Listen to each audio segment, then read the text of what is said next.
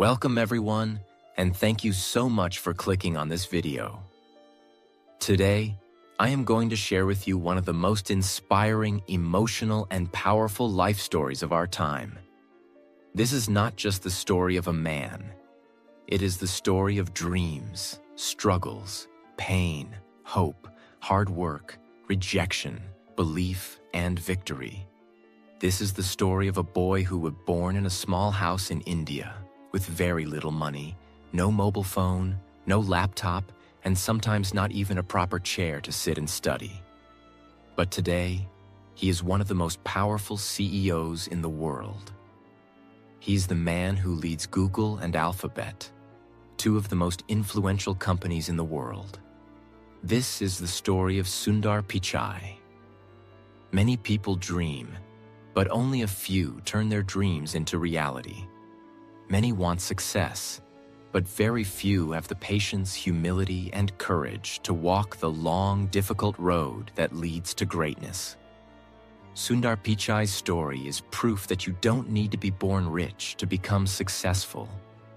You don't need to have expensive clothes or luxury things. What you really need is a burning desire to learn, a never-give-up attitude, and a humble heart. So, if you are someone who is struggling in life, if you feel like giving up, if you think the world is unfair, then this story is for you. Listen till the end, because this might just be the most important video you watch today. This is not just a biography. This is a guide, a lesson, a light for anyone who is walking through the dark. This story is perfect for learning English because it's simple, inspiring, and packed with real-life lessons. As we go through Sundar Pichai's journey, you'll hear everyday words and phrases that are easy to understand but also powerful. You'll learn how to describe challenges, success, and motivation, all in simple English. Plus, the story will help you improve your listening skills while keeping you engaged with a real, exciting life story. So not only will you be inspired, but you'll also be improving your English every step of the way. Chapter 1. The Humble Beginnings. Let us go back to the year 1972, to a crowded, noisy city called Madurai in the southern part of India. In this city, on June 10th, 1972, a boy named Pichai Sundararajan was born in a small middle-class family. The world knows him today as Sundar Pichai. His father, Raghunatha Pichai, was an electrical engineer who worked hard every day in a British company called GEC. He repaired electrical parts, worked with circuits and designs, and tried to give his family a better future. His mother, Lakshmi, was a stenographer, someone who types and writes shorthand, but she left her job to take care of her children full-time. Now imagine this. Sundar's house had no television, no refrigerator, and they lived in a small two-room apartment in Ashok Nagar, Chennai, which was known as Madras at the time. One room was a living room during the day, and at night it became the bedroom of the whole family. They didn't have a car. They used a scooter to go anywhere. There was only one fan, and during summer the house became extremely hot. But they never complained. They were happy, simple people. Sundar shared his room with his younger brother. Sometimes his relatives also came to stay in the same house. The space was small, but the dreams inside that small house were big. Sundar's childhood was filled with questions. He was always curious. He wanted to know how things worked, how a telephone works, how electricity travels, how machines are built. He asked his father many questions, and his father always answered with patience. This is where Sundar first learned the value of knowledge and learning. Every evening, his father would come home from work and talk to Sundar about what he did in the factory. Sundar listened carefully. He didn't understand everything, but he learned to think like an engineer. He learned that behind every great thing in a world, there is hard work, discipline, and design. Now listen to this powerful part. They got a telephone at home only when Sundar was 12 years old. It was a simple rotary phone. You had to turn the dial to call someone. And here's something very surprising. Sundar had a photographic memory. He could remember every single phone number he dialed, even after calling it once. That was the first moment when his family realized Sundar is special. Even though he was very intelligent, Sundar was never proud or arrogant. He was quiet, polite, and shy. He was the kind of boy who sat in the back of the class but always scored the highest marks. He studied in Jawahar Vidyalaya, a school that was not fancy or elite, but it had good teachers. Sundar loved maths and science. He liked solving problems. He was not someone who learned only to pass exams. He learned because he enjoyed learning. Now you may ask, did he have tuition? Expensive books? No. He studied with what he had. He borrowed books from others. He worked harder than most students. And he never wasted time. When he grew older, he studied at a school called Vanavani inside the IIT Madras campus. He saw brilliant students and professors there, and he started dreaming. One day, I want to go to a big college too. But dreams are not enough. Dreams must be followed by effort. After years of hard work and sleepless nights, Sundar Pichai finally made his parents proud by getting admission to IIT Kharagpur, one of the top engineering colleges in India. This was a big moment, not just for him, but for his entire family. Imagine this, a young boy, shy and humble, coming from a small house with no air conditioner, no computer, and very little money, now walking into one of the most respected colleges in the country. It was a new world for him. Big classrooms, brilliant minds, competitive students, and highly experienced professors. But here's something you should know. Even though he got in, life did not become easy. In fact, it became even tougher. Sundar chose to study metallurgical engineering, the study of metals, materials, and how they work in industries. Now you may ask, why metallurgy? Why not computer science? The truth is, Sundar was not from a rich family. He didn't know much about computers at that time. In fact, during his early IIT days, he had never even touched a real computer. But he was curious. He listened. He observed. He started learning about programming and coding in his own time. He read books that others ignored. He would sit in the computer labs for hours, watching how things worked. At IIT, he met students who came from big cities, rich families, and modern schools. They had better clothes, more confidence, and strong English. Sundar, in comparison, was soft-spoken, and his English was still developing. Did he feel small? Yes. Did he give up? Never. He didn't speak much, but he listened more than anyone. He was not loud, but his thoughts were sharp. He didn't try to compete with others. He tried to compete with himself. Sundar worked silently. While others were wasting time partying, Sundar was reading books, solving problems, and thinking deeply. He never tried to show off. He was focused on one thing: growth. His professors noticed his talent. They saw that Sundar had something special, a calm mind and deep intelligence. One professor even said, "Sundar Pichai is one of the most promising students I've ever seen." During his final year at IIT, Sundar applied for a scholarship to study in the United States of America. His dream was to do a master's degree from a top university abroad. He applied to Stanford University, one of the best universities in the world. And guess what? He got selected. But now came the biggest challenge: money. The flight ticket from India to the USA cost almost $1,000 at that time, which was more than his father's entire yearly salary. Just imagine the situation. They had no credit cards, no sponsors, no internet banking, no online fundraising. Just one simple Indian family trying to support their son's dream. What do you think happened? His father didn't think twice. He took a loan, used up all his savings, and borrowed money from relatives.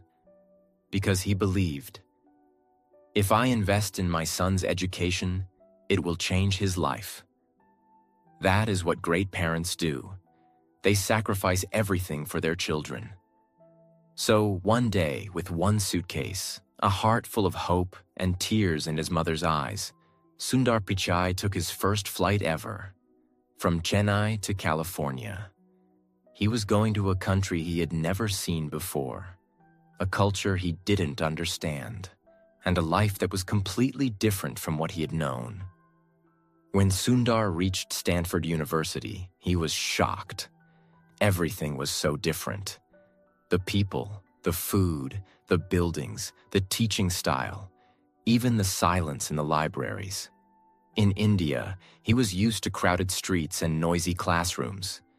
In America, students walked with headphones, drank coffee during lectures, and asked professors tough questions without fear.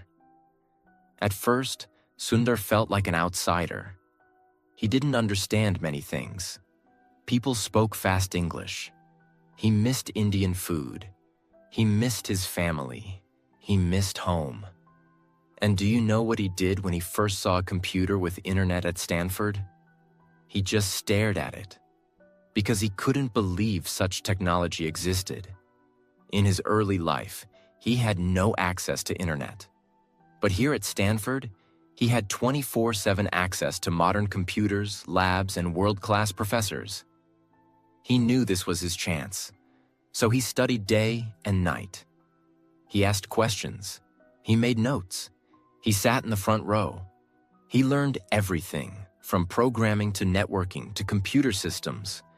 While other students partied, Sundar worked silently. And slowly, something started to change. He began to understand the American system. He made new friends. His English became better. His confidence grew. And he never forgot who he was or where he came from. Even when he had very little money, Sundar would save his small student stipend carefully. Once, he couldn't buy a backpack he liked because it was too expensive.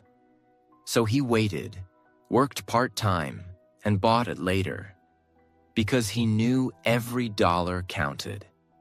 After completing his master's in material sciences and engineering from Stanford, Sundar had many options.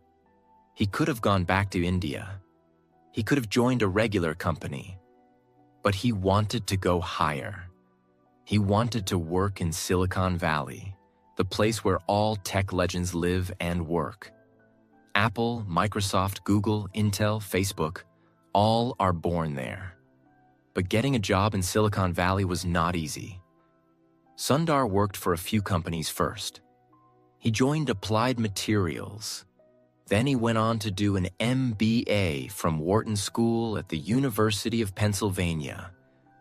At Wharton, he was named a Siebel Scholar and a Palmer Scholar, titles given to the top students of the class. Now imagine this: a boy who didn't have a phone till he was 12, now standing in classrooms where future billionaires and CEOs studied. And still, he stayed humble. This is what made Sundar different. He never forgot his roots. Sundar Pichai was now standing at the doors of the most powerful companies in Silicon Valley. His qualifications were excellent. Master's in Engineering from Stanford, MBA from Wharton with top honors, real work experience at companies like Applied Materials and McKinsey. But there was one thing he had in his heart that others didn't: hunger. A hunger to build, to learn, and to create something useful for the world. It was the year 2004, and Sundar had just applied for a job at a growing tech company called Google. At that time, Google was already known for its search engine, but it wasn't as huge as it is today. They had fewer products, fewer employees, and fewer offices. Sundar didn't know that this one interview would change his entire life. He prepared hard. He studied computer systems, logic problems, case studies. He knew he was not a typical programmer. But what he had was clarity, strategy, and the ability to understand what users need. On the day of the interview, he entered Google's office, which was not very flashy at that time. He was calm, focused. They gave him technical problems. He solved them logically. They asked him product questions. He gave unique insights. They asked him, "What would you improve about Google?" He said, "Let's make the homepage simpler. Let's build tools around the search engine. Let's think beyond."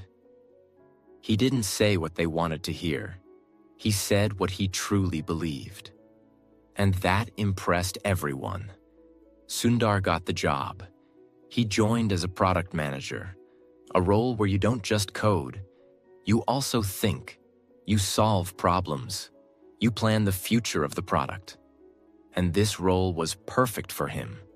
When Sundar joined Google, he was quiet. Other managers were loud and confident. They had big egos.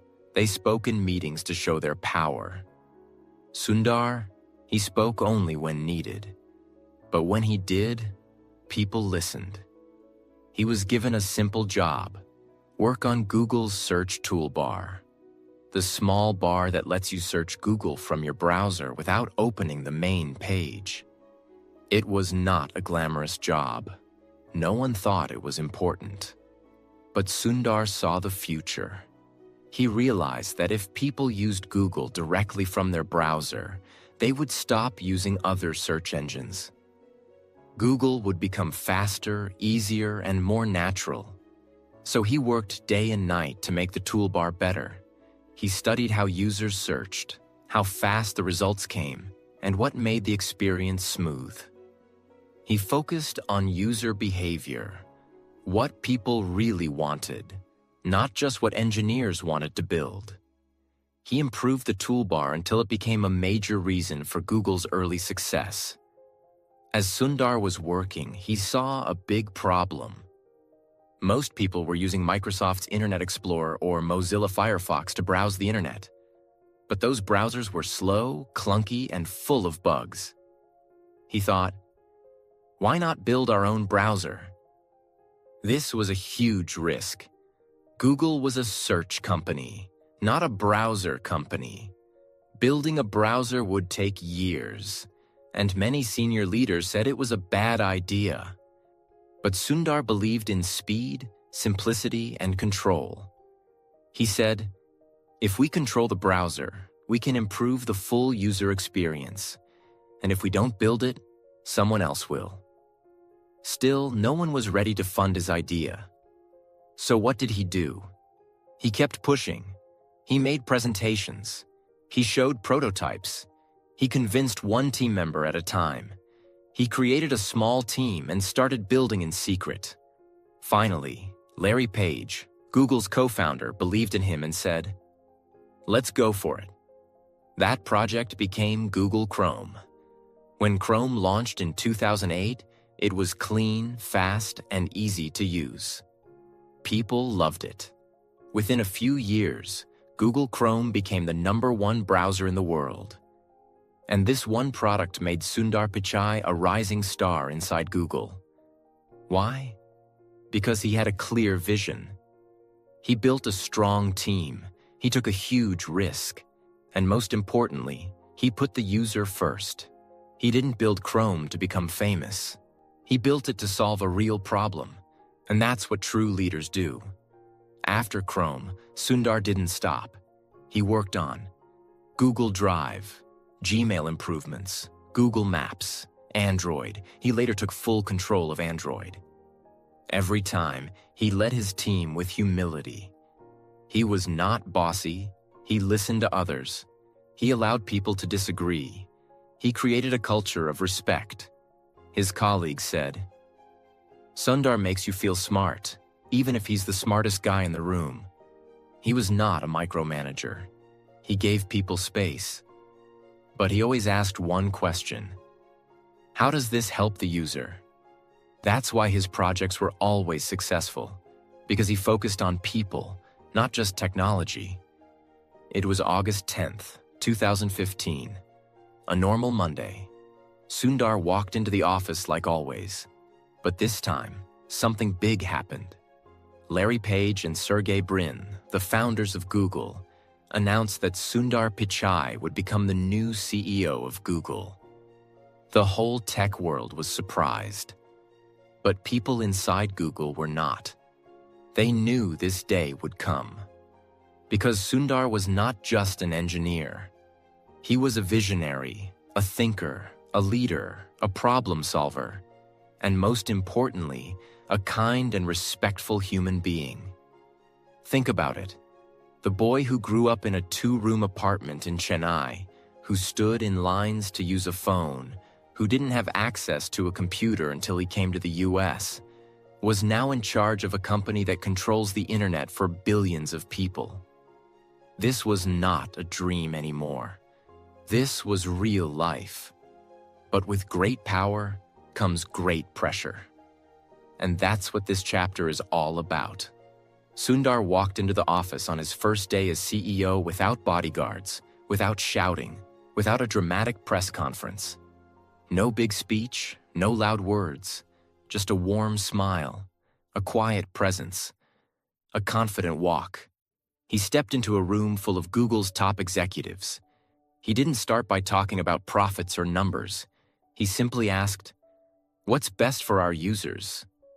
What can we do that truly helps the world?" This was the kind of leader he was. Simple, thoughtful, user-focused, and deeply human. Being CEO of Google is not like running a small company. It's more like being a global leader. Why? Because Google touches billions of lives daily through search, YouTube, Gmail, Maps, Android. Millions of businesses through advertising and cloud services. Governments and schools through data, privacy, regulations. Every single decision Sundar made would be seen, judged, and discussed globally. If he made a mistake, it would be on the news. If he fired someone, it would trend on social media. If he launched a new product, the entire tech world would analyze it. So how did he handle that kind of pressure? Calmly, softly, powerfully. He didn't panic. He didn't play politics. He didn't attack critics. He did what he always did. He listened, thought deeply, and then spoke with clarity. Soon after Sundar became CEO of Google, another huge change happened. Google's co-founders, Larry Page and Sergey Brin, decided to step back and create a new parent company called Alphabet Inc. This was the holding company that would own Google, YouTube, DeepMind, Waymo, self-driving cars, and other ambitious projects. Guess what? In December 2019, Sundar Pichai was made the CEO of Alphabet too. Yes, now Sundar was not just responsible for Google, he was responsible for YouTube, Google Cloud, Google Search, self-driving cars, Waymo, artificial intelligence, DeepMind, and many other futuristic projects. It was like being the captain of 10 massive ships at once, each with its own engine, team, and mission. Still, he didn't panic. He led with strategy, with listening, with balance.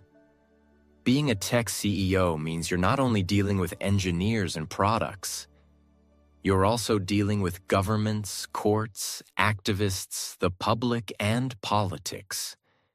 Here are some of the major storms Sundar faced and how he handled them. The U.S. Congress hearings, 2018. In 2018, Sundar Pichai was called to testify before the United States Congress. Why? Because lawmakers were worried about user data privacy, political bias in search results, monopoly concerns, whether Google was too powerful. It was a tense moment. Powerful politicians were sitting across from him. Cameras were rolling live. Every word he said could become global news. But Sundar sat calmly. He explained Google's technology in simple words. He made complex systems sound human and understandable. He repeated one message. We do not manually control search results. We use algorithms, and our focus is to provide the most relevant results. He didn't argue. He didn't lose his cool. He simply educated. This moment proved something powerful to the world. Sundar Pichai was not just a tech expert. He was a communicator, a global leader, and a voice of reason in a chaotic world. The employee protests. Even inside Google, not everything was perfect. Employees protested certain military contracts. Some were upset about pay differences and lack of diversity. There were tensions around how AI should be used ethically. Sundar didn't run from these problems. He did town halls, where employees could ask tough questions directly. He listened, he responded, he made changes. He didn't try to be a boss. He tried to be a listener, a bridge, and a problem solver. While all this was happening, Sundar didn't stop focusing on innovation. Under his leadership, Google invested deeply in artificial intelligence, using it for translation, health, maps, search, and more. Google Cloud became a major business, helping companies around the world manage data and grow. Android kept improving, becoming the most used mobile system in the world. Google Pixel phones were launched and improved. He was not just maintaining old products. He was creating the future. With so much power, it's easy to forget where you came from. But Sundar didn't. Even today, he talks to students from India and around the world. He gives speeches encouraging kids from small towns to dream big. He reminds people that humility, kindness, and curiosity are more important than degrees or titles. In one interview, he said, "Success comes not from where you start, but from how far you're willing to go." This is who he has become. A man who leads billions, influences world decisions, and still lives by simple values. Many people think CEOs are always working, but Sundar knows the truth. Real success includes balance. He is not just a CEO, he is a father, a husband, a friend, a reader, a quiet observer of life. Family life. Sundar is married to Anjali Pichai, the same girl who supported him during college in India when he didn't have money to make phone calls. They have 2 children, and he makes time to be with them, no matter how busy he is. Personal habits. He starts his mornings with tea and a newspaper. He likes to walk and think deeply. He reads books about technology, history, psychology, and human behavior. He doesn't chase luxury. He chases clarity. Hobbies. He enjoys cricket, watching sports, and sometimes even cooking simple Indian dishes with his wife. Friends say, "He is the same Sundar we knew in college. He hasn't changed. He's still humble, still quiet, and still full of ideas." One of the most inspiring things about Sundar is this. He never tries to show off. He wears simple clothes. He speaks softly. He doesn't talk about money or fame. He talks about ideas, innovation, and how to make people's lives better. This is rare in today's world. Most people want attention. Sundar wants impact. In one interview, someone asked, "Why don't you act like other billionaires? You live so simply." He smiled and said, "My goal was never to be rich. My goal was to be useful." Powerful, isn't it? Today, Sundar Pichai is respected all over the world. He has been listed in Time magazine's 100 most influential people multiple times. He is invited to speak at world forums about the future of AI, climate change, and digital freedom. World leaders want to collaborate with him because he understands not only technology, but humanity. Still, whenever he's praised, he says the same thing. "It's not about me. It's about the team. I just had good people around me." Again, humility wins. Let's look at his financial success now, because this also shows what's possible when you follow your passion with discipline. Net worth, as of 2025, estimated to be over 1.5 billion USD.